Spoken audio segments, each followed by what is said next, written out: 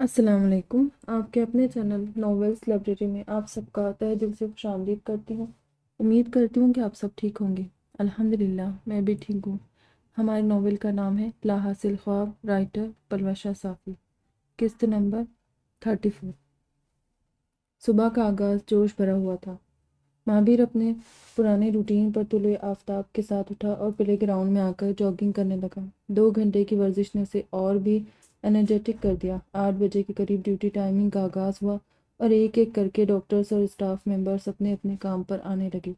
جب انفال آئی تو گارڈز نے حیرانگی سے اسے آگاہ کیا۔ پچھلے 2 گھنٹے سے ورزش کر رہے ہیں میڈم، گارڈ نے رازداری سے کہتے مہابیر کی جانب اشارہ کیا۔ انفال نے نئے عزم سے اس کی سمت دیکھا تھا۔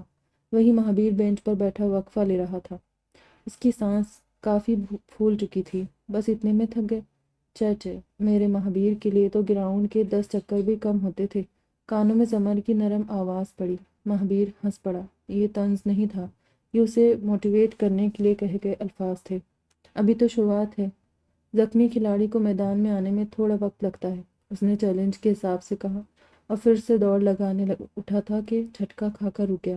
میدان، کھلاڑی، اس کے ذہن میں اولمپکس کا سماں گردش کیا۔ اس نے مضطرب ہوتے آس پاس دیکھا، مانو وہ کسی تیز لائٹس کے زیر اثر ایک میدان میں تلوار لیے کھڑا ہو۔ اپنے ہاتھ میں تلوار محسوس کرتے وہ گھبرا کر ہاتھ جھٹکتے پیچھے ہو گیا۔ بینچ سے ٹکرا کر وہ دوبارہ ہوش میں آیا تھا۔ اس نے رخ گھما کر خالی بینچ کو دیکھا، پھر سامنے دیکھا۔ منظر بدل چکا تھا۔ دور تک پھیلا سبززار خالی تھا۔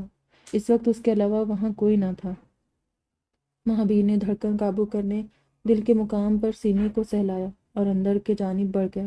انفال دیگر مریضوں کے معائنے میں مصروف تھی۔ اس کے علاج سے ٹھیک ہو کر بزرگ خاتون آج گھر جانے والی تھی۔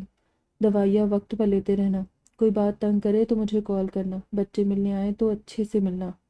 وہ اسے ضروری ہدایت دے کر رخصت کرنے لگی۔ خاتون کو پچھلے 8 سال سے بہو بیٹے کے بدسلوکی سے سخت ڈپریشن کا شکار ہو کر وہاں لائی گئی تھی۔ آج وہاں سے جاتے آبدیتا ہو گئی۔ انفال نے بیٹی جیسا پیار دیا تھا، اپنوں سے بڑھ کر خدمت کی تھی۔ اس کے زبان سے اپنے آپ انفال کے لیے دعائیں نکل رہی تھی۔ انفال انہیں الوداع کہنے گیٹ تک آئی۔ انہیں رخصت کر کے مڑی تو پلے گراؤنڈ میں نظر دوڑائی، لیکن مہابیر وہاں سے جا چکا تھا۔ باقی مریضوں کے معائنے سے فارغ ہوتے دن کے 12 بج گئے۔ اب انفال کو مہابیر سے بات کرنے کا موقع ملا۔ وہ اپنی نوٹ بک لیے اس کے روم میں آئی۔ مہابیر چیئر پر بیٹھا باہر افق میں دیکھتے قدرت کے نظاروں پر دھیان دے رہا تھا۔ خوف و ہراس کے وقت قدرت سے باتیں کر کے جذبات کو قابو کرنا انفال کے علاج کا ہی جزو تھا۔ Mahabir, session time. انفال اسے مخاطب کر کے اس کے مقابل چیئر پر براجمان ہوئی اور قلم انگلیوں میں دبا کر نوٹ بک کے صفحے پر تاریخ اور وقت لکھنے لگی۔ میں نے تلوار دیکھی، مہابیر از خود شروع ہوا۔ انفال نے لکھتے لکھتے سر اٹھا کر اسے دیکھا۔ کوئی بڑا سا میدان تھا، بہت لوگ تھے اور میرے ہاتھ میں تلوار تھی۔ اس نے اپنا جملہ مکمل کیا۔ اولمپکس کا میدان، تم فینسنگ کھیل رہے تھے؟ انفال نے بغور سے دیکھتے اضافہ کیا۔ شاید کچھ ایسا ہی، سب گڈمڈ ہو رہا تھا۔ مہابیر جھنجلا گیا۔ میں تمہاری مدد کے لیے کچھ لائی ہوں۔ اس نے نوٹ بک کے نیچے سے ایک فوٹو البم نکالا۔ یہ البم اس نے کل شاہ صاحب سے منگوا لیا تھا۔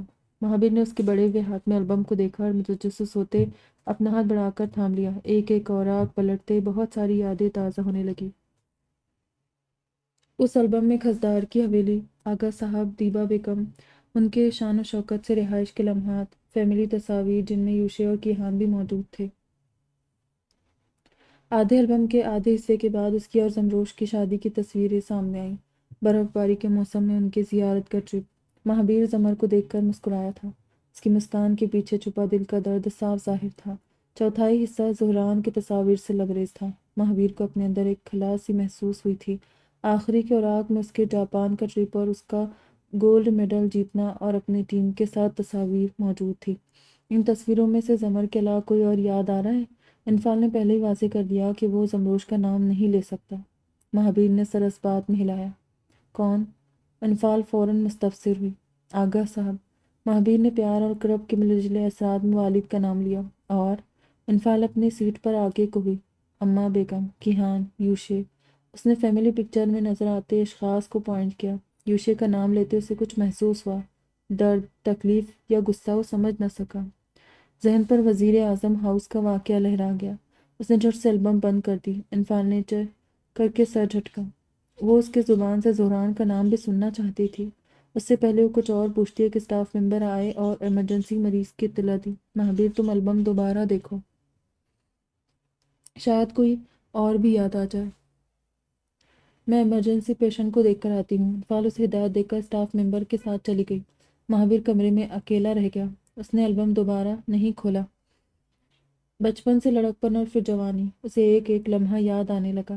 اس نے یادوں کے سیلاب سے تھک کر سر چیئر کی پشت سے ٹکا دیا۔ سب سے بڑا وہ تھا، لیکن گھر میں دب کر رکھا گیا تھا، کیونکہ وہ نارمل بچہ نہیں تھا۔ خود پر ہنسنے والوں اور مذاق بنانے والوں پر جب وہ ہاتھ اٹھاتا تو دوسرے بچوں کو سمجھانے کے بجائے اسے اندھیرے میں دھکیل دیا جاتا۔ اسے کوئی نہیں سمجھ پایا۔ اس تاریک کمرے میں 6 سال کا معصوم بچہ رو رو کر بے حال ہو جاتا، مگر کوئی پوچھنے نہ آتا۔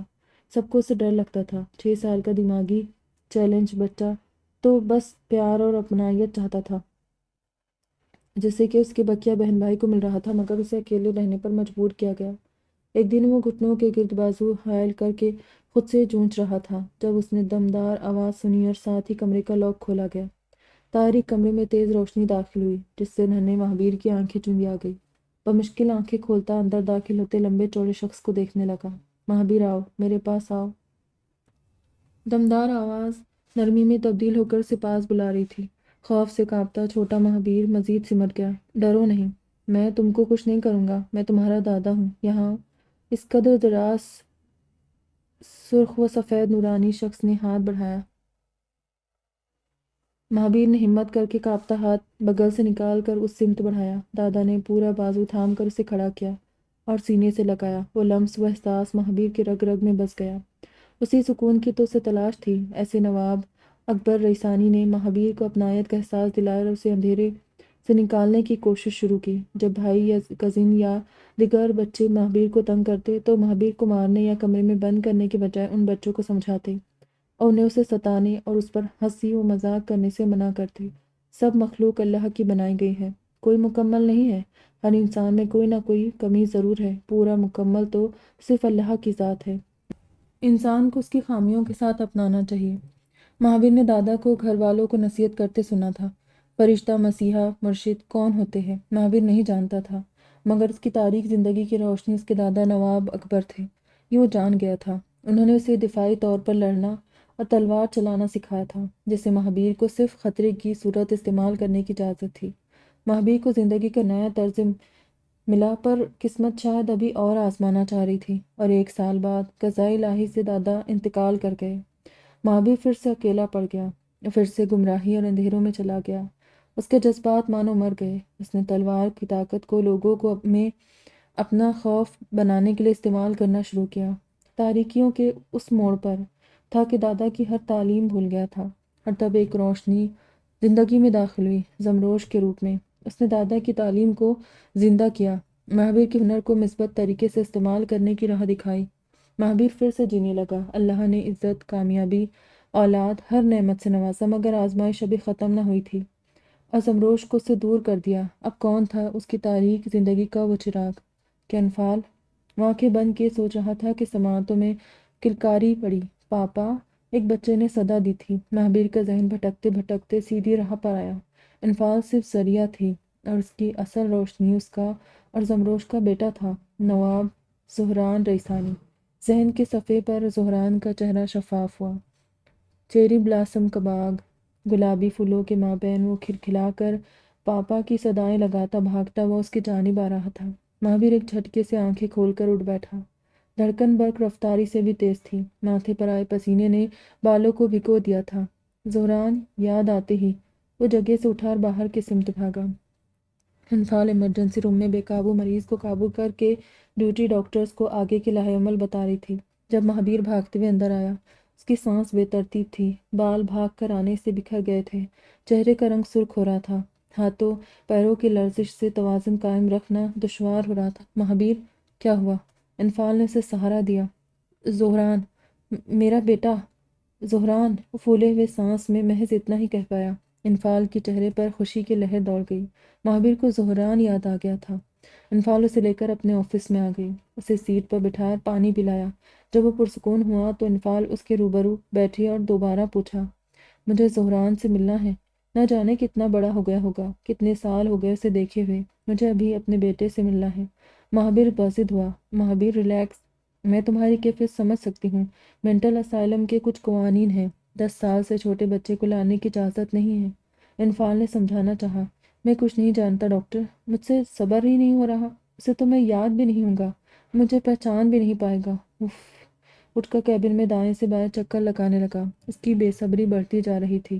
زمر کے عکس نے کہا تھا اس کا ایک حصہ مہابیر کے پاس ہی ہے، تو وہ سمجھ ہی نہیں پایا تھا۔ آج وہ سمجھ کر خود کو مزید روک نہیں پا رہا تھا۔ اچھا میں کچھ کرتی ہوں، تم ریلیکس ہو جاؤ، ٹرسٹ می۔ انفال نے اس کو چکر کو روکا۔ مہابیر نے ایک آس بھری نظر سے اسے دیکھا اور پھر پلکیں جھپکاتے خود کو قابو کرنے چاہا۔ انفال کیا کرے اسے سمجھ نہ آیا۔ 10 سے 15 منٹ تک سوچ کر بالآخر اس نے ایک ترکیب نکالی۔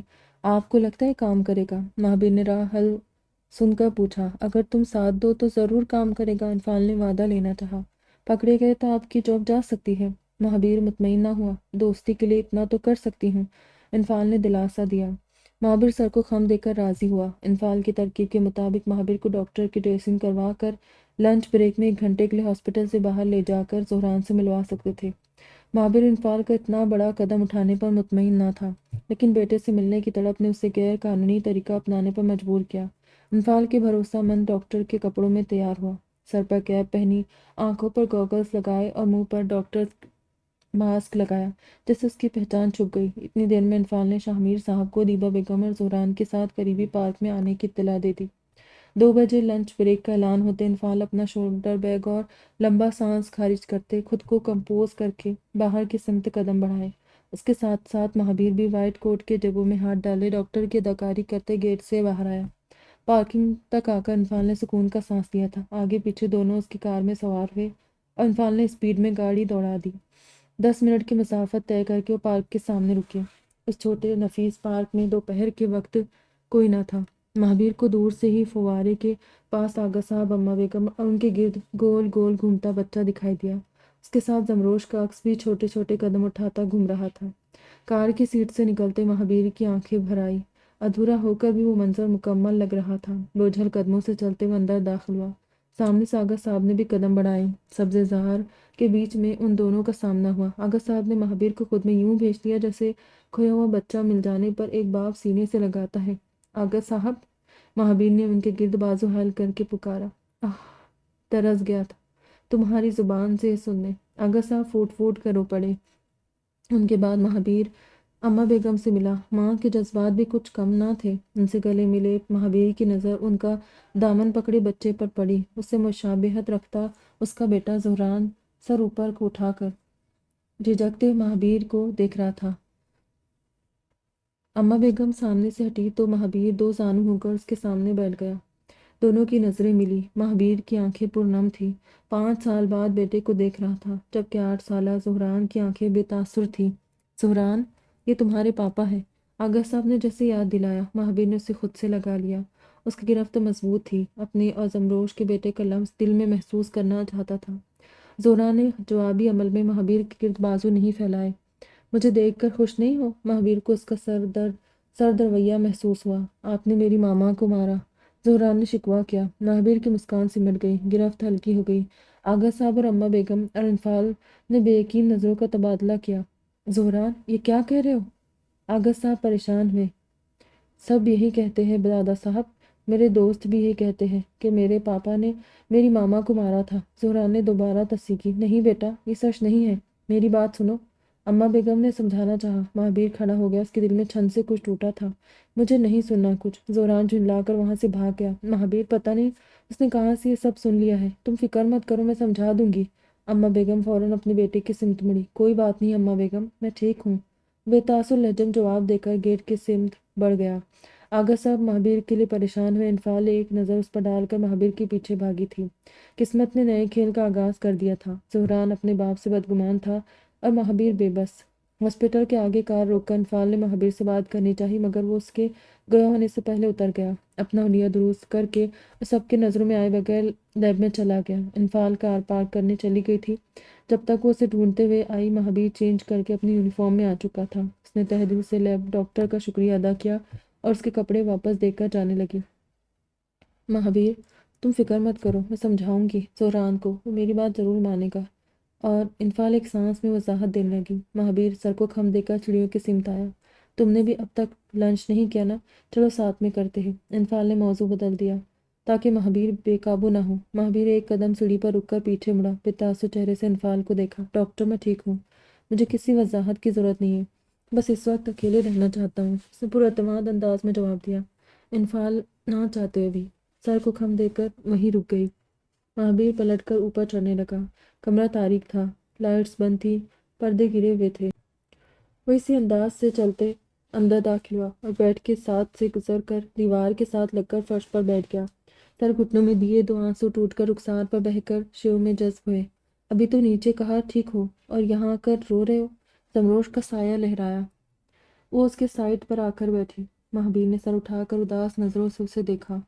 کبھی کبھی ہم کہتے ہیں کہ میں ٹھیک ہوں، دراصل آپ ٹھیک نہیں ہوتے، اور آپ کو کسی ایسے شخص کی ضرورت ہوتی ہے جو آپ کو مضبوطی سے تھامے اور آپ کی آنکھوں کو دیکھ کر کہے نہیں میں جانتا ہوں تم ٹھیک نہیں ہو۔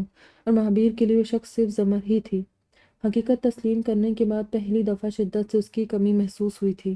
مہابیر اداس تھا، لیکن زمروش پر اعتماد اسے بھی ہمت دلانا چاہتی تھی۔ وہ ابھی چھوٹا ہے، سمجھ جائے گا، مجھے یقین ہے تم اسے سنبھال لو گے، ابھی اسے تربیت کی بہت ضرورت ہے۔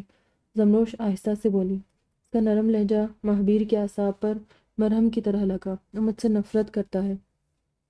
مہابیر نے نفی میں سر ہلاتے خدشہ ظاہر کیا۔ کوئی آپ سے نفرت نہیں کرتا، اور زہران کو تو آپ کا پیار یاد بھی نہیں ہوگا۔ 5 سال کی دوری، رشتہ کمزور تو ہو گیا ہوگا نا؟ آپ کو پھر سے اپنا اور زہران کا رشتہ مضبوط بنانا ہوگا۔ زمن نے دوسری امید جگائی۔ کیسے؟ مہابیر نے سوالیہ نظروں سے اسے دیکھا۔ اپنی بے گناہی ثابت کر کے، یہاں سے رہا ہو کر، اس نے حاکمانہ انداز میں کہا، اور تاریکی میں اوجھل ہو گئی۔ مہابیر نے آخری مرتبہ کمرے میں نظر دوڑائی اور سرد سانس خارج کرتے پھر سے سر گھٹنوں میں دے دیا۔ اس مرتبہ اداسی نہیں تھی، بلکہ جنگ کی تیاری کرنی تھی۔ اگلے دن روٹین چیک اپ کے بعد وہ انفال کے ساتھ اس کے کیبن میں بیٹھا تھا۔ مجھے اپنا کیس واپس اوپن کروانا ہے، میں کورٹ میں بیان دینے کے لیے تیار ہوں۔ ہاتھوں کو باہم ملائے، ٹیبل پر رکھے ایک پیر ہلاتا گیا ہوا۔ کیا تم یہ کر پاؤ گے؟ انفال نے تائید چاہی۔ اس نے اپنا ہاتھ مہابیر کے ہاتھوں پر رکھا۔ کرنا پڑے گا، اپنے لیے، زہران کے لیے۔ مہابیر کے لمس سے مضطرب ہونے لگا تھا، اس لیے اپنے ہاتھ پیچھے نکال کر سینے پر باندھا۔ ٹھیک ہے، میں پولیس کمشنر سے بات کرتی ہوں۔ انفال نے اس کے اپنے گرد قائم کیے حدود پر ناز کیا۔ مہابیر نے مشکور ہوتے سر کو خم دیا۔ اسی اثنا میں چوکیدار دروازے پر آیا۔ مہابیر، تمہاری ملاقات آئی ہے۔ اس نے اطلاع دی اور واپس مڑ گیا۔ ملاقات؟ مہابیر حیران ہوا۔ فیملی سے تو کل مل لیا، پھر آج کون آیا ہے؟ وہ حیران تھا۔ انفال نے شانے اچکائے اور انجان بنی رہی۔ شاید رفیق صاحب ہو۔ آغا صاحب نے میری یادداشت واپس آنے کا بتا دیا ہوگا۔ اس کے چہرے پر مسکراہٹ پھیل گئی۔ اٹھ کر باہر کو لپکا۔ وزٹ روم میں در آتے وہ ٹھٹک کر رکے۔ اس کے سامنے کھڑا لمبا دبلا شخص ابان تھا، پہلے سے بہتر اور اچھے حال میں۔ سفید ٹی شرٹ اور جینز پہنے، چھوٹے بال نفاست سے بنائی شیو، اس کی براؤن آنکھیں چمک رہی تھی اور لب مسکرا رہے تھے۔ مہابیر خوشی سے چہک کر اس کے گلے لگا۔ بہت اچھا لگ رہے ہو تمہیں یہاں دیکھ کر۔ مہابیر نے خوش دلی کا اظہار کیا۔ اچھا، مجھے لگا بھول گئے ہوگے، ایک دفعہ بھی یاد نہیں کیا، کال کرنے کی بھی زحمت نہیں کی تم نے۔ ابان مسنی خفا ہوا۔ یار تم تو جانتے ہو میں عام مریض نہیں ہوں، مجرم ہوں، قیدی ہوں، مجھے ان سب کی اجازت نہیں ہے۔ مہابیر نے اپنی صفائی پیش کی۔ چل اب زیادہ ایموشنل مت کر، رو پڑا تو چپ کروانا مشکل ہو جائے گا۔ ابان نے ہوں کیا اور سے الگ ہو کر چیئر پر جا بیٹھا۔ تم چھوٹ گئے سائلم سے، بیماری ٹھیک ہو گئی؟ مہابیر اس کے مقابل نشست پر بیٹھا۔ ہاں، ڈاکٹر نے کلیئر چٹ دے دی، بس کسی جذباتی بہاؤ میں بہنے سے منع کیا ہے، باقی ٹھیک ہوں۔ ابان نے اپنی صحت یابی بتائی۔ مہابیر نے شکر ادا کیا۔ وہاں سے تو ڈسچارج ہو گیا، لیکن یہاں بھرتی ہونے آیا ہوں۔ ابان نے دوسرا انکشاف کیا۔ مہابیر نے حیرت سے اسے دوبارہ سرتا پیر دیکھا۔ دماغ ٹھیک ہے؟ جب کلیئرنس مل گئی ہے تو یہاں کیوں بھرتی ہونا ہے؟ باہر جاؤ، نئی زندگی شروع کرو، پڑھائی کرو، پینٹنگ کے کریئر پر دھیان دو۔ مہابیر بڑے بھائی کے جیسے غصہ ہوا۔ مہابیر، باہر کی دنیا میرا اپنا کوئی نہیں ہے، ماں باپ بچپن میں ہی مر گئے، ایک چاچا تھے، اس نے بھی پیسوں کے بدلے بیچنا چاہا، جب میں نے اپنی عزت اور جان بچانے مذمت کی تو پاگل کہہ کر سرکاری پاگل خانے ڈال دیا، اور پھر کبھی میرا پوچھا تک نہیں۔ میرا لوگوں پر سے، رشتوں پر سے بھروسہ بھی اٹھ گیا تھا۔ پھر تم ملے، دوبارہ خود پر اعتماد بنا۔ تم دوست ہو، بھائی ہو، سب کچھ صرف تم ہی ہو۔ وہ اپنا درد بانٹتے چیئر مہابیر کے قریب کھسکا گیا۔ اب جہاں تم رہو گے میں بھی وہیں رہوں گا۔ ابان نے معصومیت سے اسے دیکھا۔ مہابیر کنفیوز ہو گیا۔ وہ ابان کو کیسے سمجھا اسے سمجھ نہ آیا۔ اور تم فکر مت کرو، ڈاکٹر انفال خود مجھے یہاں لائی، اس نے تعلیم دینے کا بھی وعدہ کیا ہے، میں یہیں رہ کر بڑا آرٹسٹ بنوں گا۔ ابان نے مہابیر کی آخری فکر بھی مٹا دی۔ تم بھی نا، چلو۔ مہابیر ہنس پڑا اور دوست کی طرح اس کے گلے میں بازو حائل کر کے ساتھ لی وزٹ روم سے باہر آیا۔ ویسے تم کافی اسمارٹ ہو گئے ہو، ہینڈسم لگ رہے ہو۔ ابان نے ساتھ چلتے چلتے مہابیر کو سر تا پیر دیکھا۔ ان دونوں کو انفال کوریڈور میں ہی مل گئی تھی۔ کیسا لگا سرپرائز؟ انفال نے آبرو اٹھا کر مہابیر سے پوچھا۔ جو بات ہم کسی سے نہیں کر پاتے، مقصد صرف دوست کے سامنے کھل کر رکھ سکتے ہیں۔ ابان اور مہابیر کی دوستی انفال میکائل کے ہاسپٹل میں دیکھ چکی تھی، اس لیے مہابیر کا اکیلاپن دور کرنے وہ ابان کو اپنے ہاسپٹل میں رکھنے کے لیے راضی ہو گئی۔ تھینک یو، مہابیر مشکور ہوا۔ انفال نے سر کو خم دے کر ابان کو مسکان سے نوازا، اس کا گال تھپ تھپا کر چلی گئی۔ کتنی اچھی لیڈی ہے نا؟ ابان اس کی پشت کو دیکھتے ہوئے گیا۔ مہابیر نے سر کو اس بات میں ہی چنبش دیا۔ ویسے تم تو زمر کی یادوں سے نکلو گے نہیں، سوچ رہا ہوں میں ہی پٹا لوں، جوڑی اچھی لگے گی نا؟ ابان نے شریر انداز میں کہتے مہابیر کو سوالی نظروں سے دیکھا۔ مہابیر نے جواب میں گھوری سے نوازا۔ ابان ہاتھ اٹھا کر اس کے بغل سے 2 فٹ دور ہو گیا اور کھلکھلا کر ہنس پڑا۔ اسے ہنستے دیکھ کر مہابیر بھی مسکرا دیا۔ اسے ابان کی واپسی اچھی لگی تھی۔ مجھے بھی اچھی لگی۔ آپ لوگوں کو آج کی ایپیسوڈ کیسی لگی؟ امید ہے اچھی لگی ہوگی۔ دعا میں یاد رکھیے گا، اپنا ڈھیر سارا خیال رکھنا۔ خدا حافظ۔